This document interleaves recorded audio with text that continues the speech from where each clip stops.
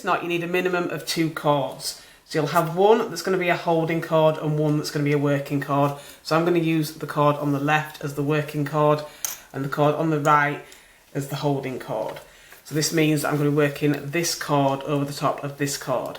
And to do this, you want to make a 4 shape by working this cord on the left over the top of the one on the right, and then pulling the tail end underneath this cord on the right and then pulling it tight.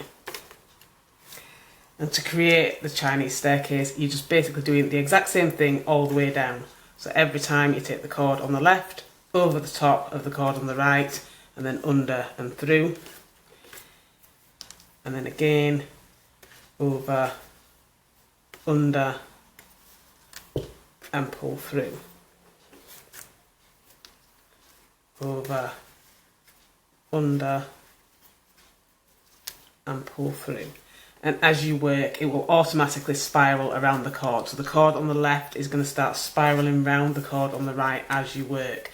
And as you get to a certain point, depending on the thickness of your cords, you will have to take the cord on the left and move it underneath the cord on the right to help with the spiral.